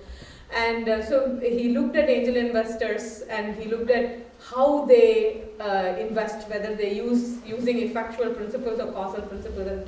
And so basically looked at the angel investors' own, and our prediction, our hypothesis going in was, if you invested effectually, your hit rate will be higher. That is, the percentage of companies that actually succeed or survive will be higher, but you will miss the home runs. You'll miss the ones that do 10x, 20x, 60x. That was our hypothesis going in. And the reverse is true of causal. Most of your companies will fail, but every once in a while you will have 1 or 2 companies that really hit it out of the park, right? They're using the baseball analogy of a home run. But we found that in actual fact, the effectual angels actually had a higher hit rate, plus they didn't get penalized for the home runs, for the simple reason that when you have hits that are doing very well, you bring them to a VC, right? And then they become home runs in many ways. So that's what we actually found. I can give you the study, you can take a look at it yourself. And we only looked at their closed out performance. We didn't look at even so it is a very well designed study, I think. But you can take a look at it. So we do have some data on that. But in other countries, people confuse VCs, they call everybody VCs. But I think a lot of the so-called VCs in other countries are really like the business angels in the US, right? Because the only people called VCs in the US are people who actually take money from pension funds and reinvest. So I'm assuming when you say VCs, you're not really meaning VCs in the formal sense of the word. I was, but anyway, yeah. Okay, all right. Because the formal VCs have to be causal because they are answerable to their investors in some ways, right? So they are promising them a return. They're not putting in their own money. But angel investors can afford to be effectual, and most companies in the US actually get funding from angel investors. Virtually nobody gets VC funding. Less than, 1/10 of 1% of companies get any VC funding at all. And only about 12% of actual IPOs are VC funded. So the VC market is so thin that in any other discipline it would be considered a statistical outlier and nobody would even study it. But in our area we study it because these guys have a lot of money and they basically come and try to influence. But apart from that, there are lots of reasons to be causal. I'm not saying it shouldn't be.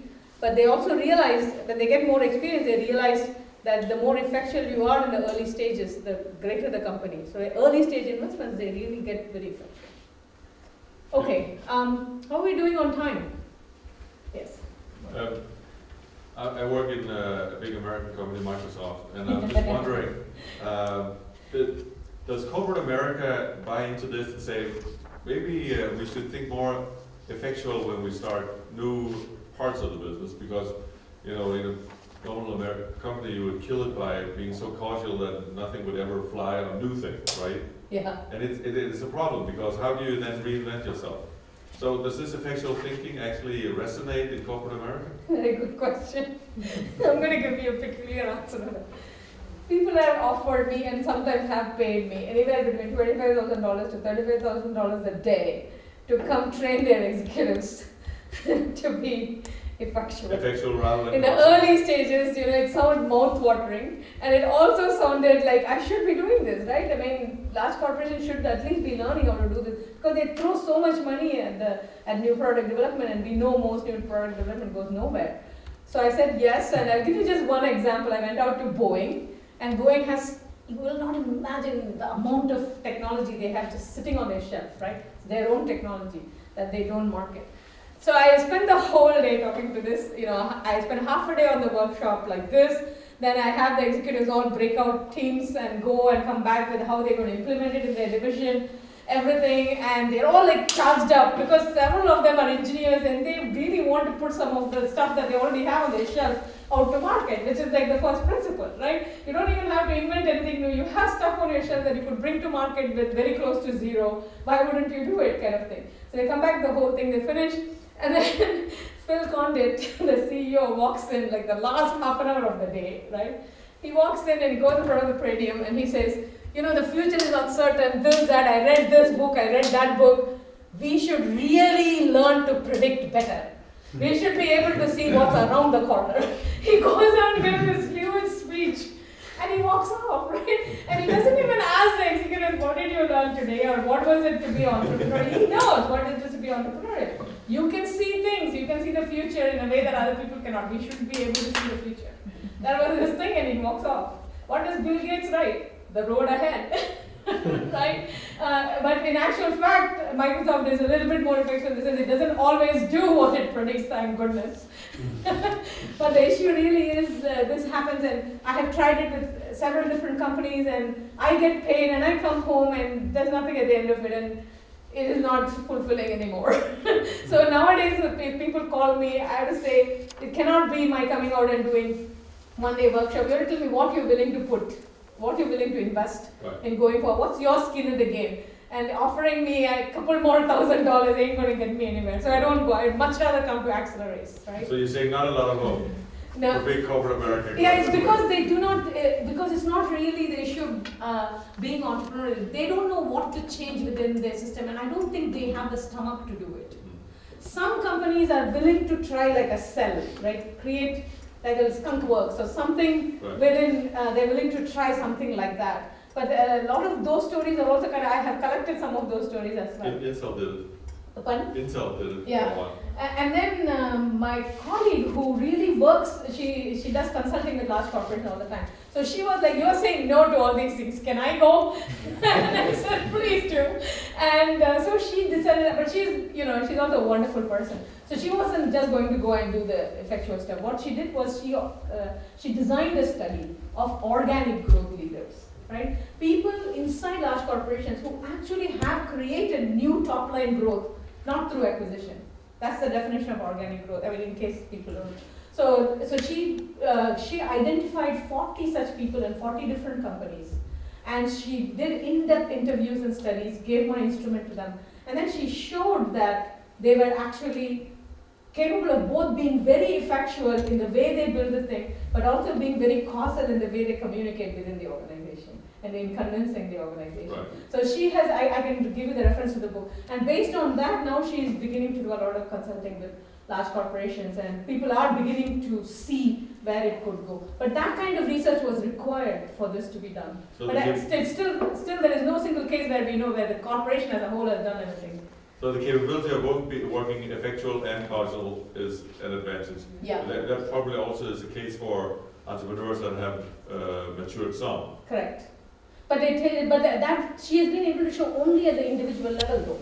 The organizational level, it seems to be much more difficult to get people to create structures that allow people to be effectual within, because they're so effective as a causal organization, right? There's no way you can get money for anything unless, if you were Michael Dell and you were within Microsoft, there's no way Microsoft would have invested in that project. Because it's just too small a market.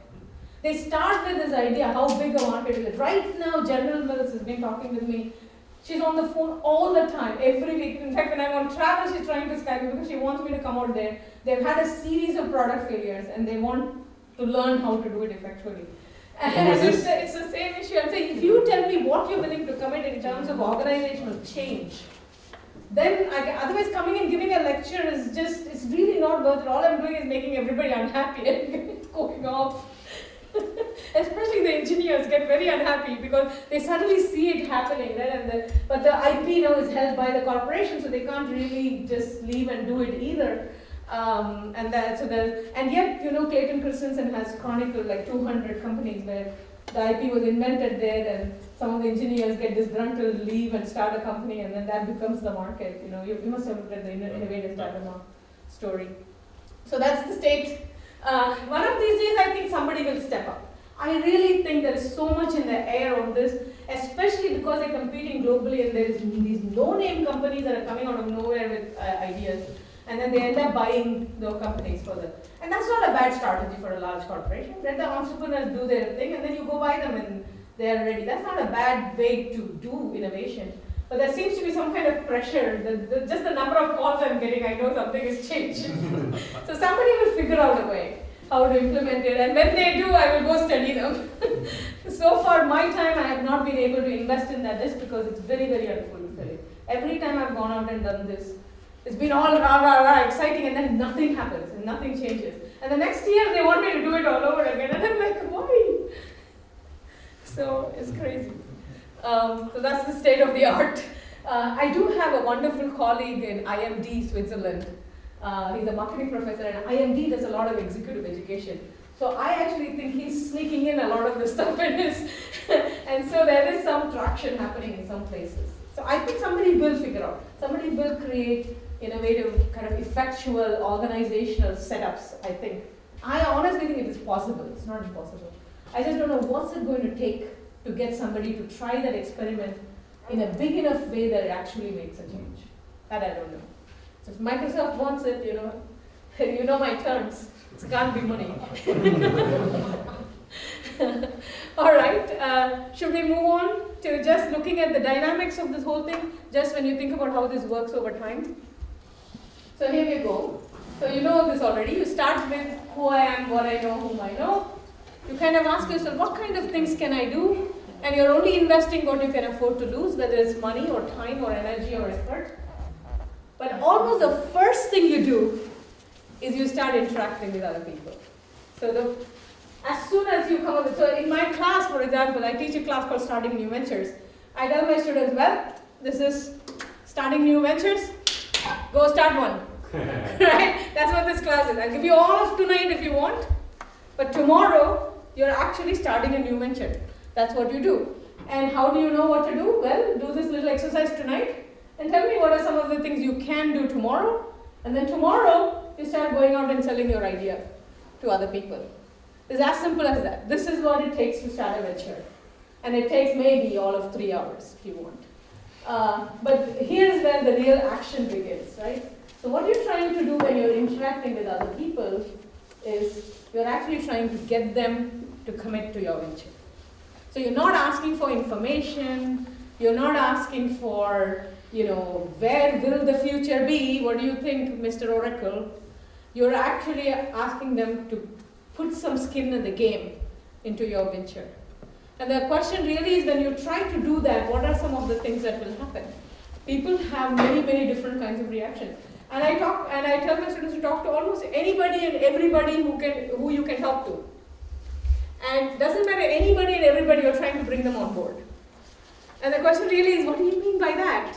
So students usually get confused. Okay, I can understand you're saying I must go sell my idea. So can I steal your pen from you? So you go around and say this is your idea, assuming this is your idea, but remember the pen doesn't exist, it's just in your head. And you're going out and trying to sell somebody. You're actually saying, you know what, I'm thinking of doing this. I think your organization, your department store could really use 100,000 of these pens. What do you think? Would you buy it? Right? If you ask that kind, so people will come up with pitches depending on whom they are talking to. And I ask them to go and say, and chances are not very high that you're going to say, oh my God, that is the coolest pen anybody has described, and here is the purchase order for 100,000. They're not going to do that, right? Chances are, hopefully you're talking to people you know, they're not complete strangers. So they're not going to say, what is wrong with you, go away. They're going to say something in between. They're going to say, really, why are you doing this? Right? Maybe you should be looking for a job like Michael does. Maybe you should finish your degree, right? Maybe you should be doing something else. Or, it's a pen. I mean, there's nothing new about this. Maybe if you did something different with it, maybe if you made, a pointer instead of the pen. Or if you put something into the pen, like an LED, a light. In India, when I do this exercise, people always say you should put an LED in the pen. And I consider why? Because a lot of the time there's power cut. And it's nice if you can write with the light coming from your pen. You're on the cell phone, somebody is telling you something and you want to write it down and there's no light anywhere. It could be useful. Somebody said put paper in the pen. But if you go to a more sophisticated economy like Denmark, people will say things like, you should put an RFID chip in it. Right? And they'll say so depending on who you're talking to, people will give you suggestions, what you should do, what you shouldn't do, how you should change it, and that kind of thing. And here what happens is people have this, so when students go out and start talking to people and trying to bring people on board, and this doesn't have to be a customer, it could be a potential supplier, potential investor, potential CTO, it could be anybody. But you always get this, nobody's going to jump up and really invest with you. Whatever they have, they are going to suggest changes. They're going to say, so one of the first things you encounter is all these suggestions, and you come back and then, what do I do now, right? So in that we have discovered through research there are 4 possible responses, and I just want to show you the 4 possible responses. Now, the moment you start interacting with people and people start giving you their suggestions, I also have some data on talking about how you should talk and all that, but assuming that you at least know how to talk to people. So one of the very first things is that you start getting these suggestions and ideas or warnings, don't do this, but maybe you can try that kind of thing. So the initial instinct for a lot of novice entrepreneurs is just to persist in your vision. You say entrepreneurs are persistent, you mentioned that, right? They're heroic, they're persistent, they will not take no for an answer, things like that. So what I'm going to do is, this is my baby, this is my idea. I'm going to keep talking to people until I find somebody. Somebody out there will be, will realize that, not everybody can be stupid like this guy, kind of. And so they'll persist. That's one possible reaction. The other reaction is the other extreme, right? To say, okay, the customer wants to put LED in it, so let me go, go talk to an investor and buy the money, get the money to build an LED pen. So because the market is an LED, I know, I talked to a customer and he said if you put LED in it, he will buy, so I'm going to do that. Or the market research idea, oh, he wants LED, somebody else wants RFID, so let me go talk to different people and ask what kinds of things they would like. And then I will do some kind of competitive analysis and then I'll come up with, what would be the best possible product to make, and then I'll go pitch that to an investor. So this is another reaction. As you can imagine, the expert entrepreneurs would actually suggest you don't do any of these things. What do you think they would say? Anybody want to take a shot at it? It's not a trick question. So if you actually look at the idea of prediction and control, it gives you that. So persistence is where you're basically using a high prediction, high control strategy. You believe the world will come this way, you are right. And you believe you can control your own destiny in many ways, right? So you really use persistence. This is what I say, Microsoft can afford to do this now, but that's not how Microsoft was built originally. Or the idea of adaptation. It's like really you're not trying to predict the future, you're not trying to control it. You're basically just simply saying, well, customer wants this, so maybe I should try to make this. Now here you're trying to predict, now that the customer has said, you're really trying to predict how many customers would like this, how many customers would like that kind of thing, but you're not assuming that you can control the future, right? But here the expert entrepreneurs, this is what they like, which is kind of really low on prediction, but high on control. So they really are asking, what are the things within my control? And when they're talking to somebody, what are they asking is, they're saying, you would like to put a LED in the pen, right? What is it worth to you to put an LED in the pen? What are you willing to put on the table to change my dream, right? What is it worth to you to reshape my vision? So it's much more like your vision of my venture is what you're giving me. What would it take? And if that person invests something, Something like he says, I know this person, this other buyer who's looking for pens with LED. I can introduce you to him or her. Then you might want to go that way a little bit. Or he might even not be talking about purchase at all. He might think about, I know this woman from China whose cousin has this manufacturing unit in China, who can actually, they know how to put LED or other kinds of technology in pens. And if you want, I can talk to her and organize a little, they can make a little prototype for you. So if he says that, then you'll go that way, right? And then follow that supply chain a little bit. So the issue really is you are going to co-create it together. It doesn't mean you entirely give up on your idea either, right? You can always come back and still make the pen you want down the road. But the way you decide what to do next is to go where the stakeholder commitments are. And these are actual commitments that you're looking for, not promises. Not that if you make an LED pen, I will buy. But here's the money to make the LED prototype. Then I make it, right? And the two of us together will then go the next step.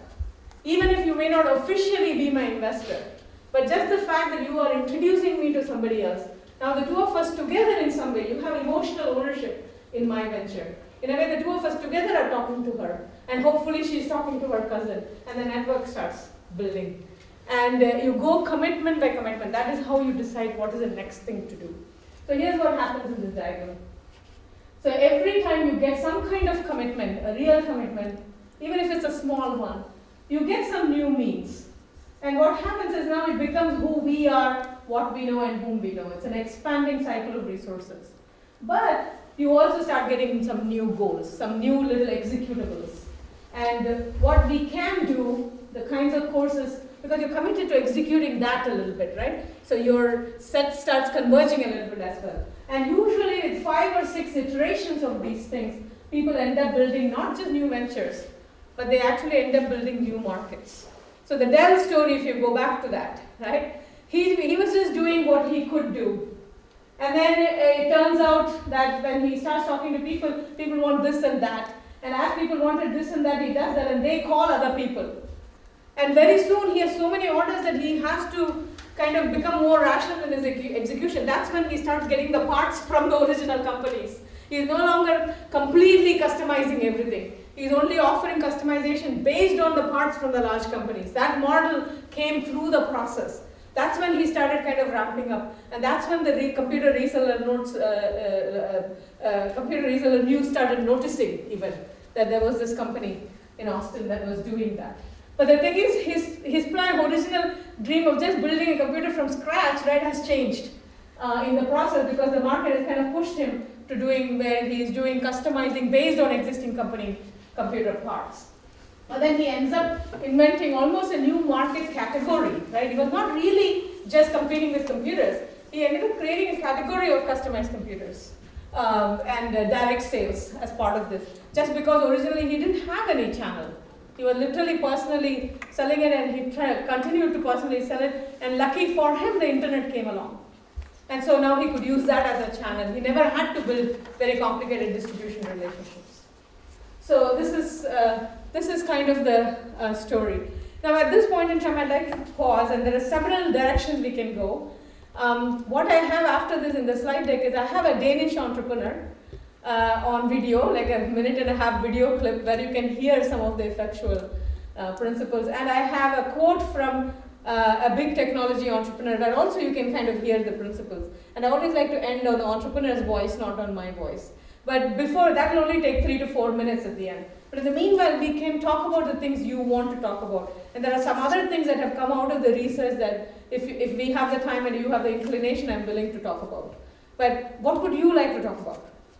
And how much time do we have? I'm not able to see that clock. So it's actually 7:30, so I think we have we already gone over time. minus 5 minutes. But okay, so if people want to hang out and talk about something, we can. So let me just end the presentation, shall we? So I'll just end the presentation at this point, and those of you who want to wait and talk about things, I'm happy to talk about with something else. But if you want to leave, I don't want to keep you from your family or anything, and I will not be offended if you just leave. So shall we just look at, most of you might know Klaus Meyer, right? yeah. You know Klaus Meyer. And the reason I'm presenting you this is, I don't know anything about Klaus Meyer. But the fact is, he came to Copenhagen Business School, and apparently the students had been given something that I had written, which had the cooking example. So one of the students, because he has built so many different companies in the kind of the food industry, they asked him to compare entrepreneurship with cooking. So somebody just sent me this video. And this happens to me all the time, so I collect these videos from different places. But this one I particularly like, I take it everywhere, because you can see it's like he read the book, right? And I'm like, but of course he has never heard of me or the idea or the, uncertain effectuation is kind of an ugly word and no entrepreneur ever hears it. So you can take a look at what he's saying and see if you can hear some of the things. So now we tested it at the beginning. The sound is not very good. So the sound is going to be on, and if you can't all hear it, I'm going to mime it for you. I'm going to kind of act like Klaus, and so bear with me at this point. So here's Klaus. If you're not very quiet, you might be able to hear. Then your first question, that was even more difficult to say anything intelligent about. How would I compare entrepreneurship with cooking? Well, there are many similarities, I would say. The way I love to cook is without a recipe and without any fixed plan. I love to come to some place in Hungary or wherever and see which vegetables do we have, what is growing in the garden, do we have any meat, what is in the fridge, and then, dancing a little, wondering how could you do and what could you do and do you know anything, and kind of, interfering a little bit with the surroundings. And that is also how I do businesses. I mean, I listen to people. I talk to my employees. If I have a dishwasher who is very good at flowers, then I should be dead if I didn't ask him to do the flowers. And if I meet somebody in my life who wants to build a dairy, and if we did it together it could be greater, then I will be attracted. And so the way I build businesses is also the way I cook. I dance around and see what happens and try to feel the energy. But I'm sure that there are maybe more brighter ways of doing it. But from my perspective, it is very much the same thing. Right.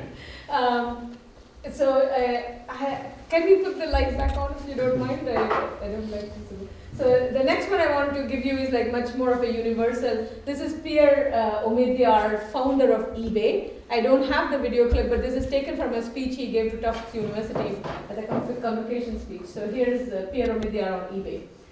So almost every industry analyst and business reporter I talk to observes that eBay's strength is that its system is self-sustaining, able to adapt to user needs without any heavy intervention from a central authority of some sort. So people often say to me, when you built the system, you must have known that making it self-sustainable was the only way eBay could grow to serve 40 million users a day. You know what's coming next, right? Well, no. I made the system self-sustaining for one reason. Back when I launched eBay on Labor Day 95, eBay wasn't my business. It was my hobby. I had to build a system that was self-sustaining because I had a real job to go to every morning. I was working as a software engineer from 10 to 7 and I wanted to have a life on the weekends. So I built a system that could keep working, catching complaints and capturing feedback, even when Pam and I were out mountain biking and the only one home was our cat. If I had had a blank check from a big VC and a big staff running around, things might have gone much worse. I would probably have put together a very complex, elaborate system, something that justified all the investment. But because I had to operate on a tight budget, tight in terms of money and tight in terms of time, necessity focused me on simplicity. So I built a system simple enough to sustain itself. By building a simple system with just a few guiding principles, eBay was open to organic growth. It could achieve a certain degree of self-organization. So I guess what I'm trying to tell you is, whatever future you are building, don't try to program everything. 5-year plans never worked for the Soviet Union. In fact, if anything, central planning contributed to its fall. Chances are central planning won't work any better for any of us. Build a platform, prepare for the unexpected, and you will know you're successful when the platform you build serves you in unexpected ways. That's certainly true of the lessons I've learned in the process of building eBay. Because in the deepest sense, eBay wasn't a hobby and it wasn't a business. It was and is a community, an organic, evolving, self-organizing web of individual relationships formed around shared interests. And so this is kind of my visual for you. A lot of people think that this is how great entrepreneurs do it, right? They find the gap in the market and fill it perfectly. This is much more like how they do it. This is a quilt from India. It's called a crazy quilt because it doesn't have any particular pattern.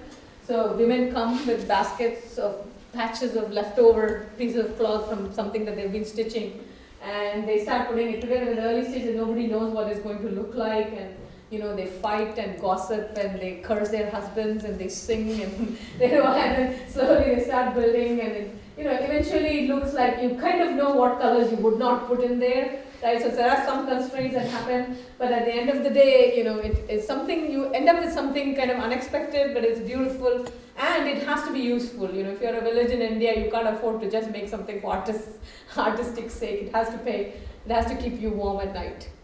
So that's kind of how great entrepreneurs actually build. In the early stages, they don't quite know, but they are happy to work with people, work with patches that come along their way. They stitch together. Sometimes they have to remove and restitch, and it's fine. But they know eventually that kind of the enterprise and the market kind of evolves, and it comes from within. That's why it is very unexpected in some ways, right? And you're also putting it together with patches from different people. So I just want to leave you with that. And then there is a website that we have created since last year. We've been very fortunate that I'm at a school where they're willing to support this kind of thing. And this is an open source website for instructors, just because the instructor material we are trying to protect, but it's free, but instructors have to sign in. And the rest of the materials we're still building out. There's a whole bunch of complete free materials for researchers. And now we are, in the last 3 months, we have begun building materials for entrepreneurs and for coaches. We are getting more and more requests for how do I take this information and turn it into practical advice for entrepreneurs on a real-time basis. People who are in the trenches. So we are beginning to build some of those materials and things like that. And a lot of those will also be on the website. This is a promise I make to my publishers, but please don't feel at all compelled to purchase anything. But this is a research book, and this is a textbook that we have created. And I always tell this, you don't need to buy this, because we also have an audio version of this book, which is completely free. You can download and listen to. The 4 of us actually created the audio book ourselves. That was our deal with the publisher. The publisher is doing fine, so you don't have to worry. But I do want to show you the website. And the idea is it's a 2.0 website, which means it's not just materials that are there for you to download, but if you want to create something and participate and create a Danish version of it, feel free. And my school will still support it.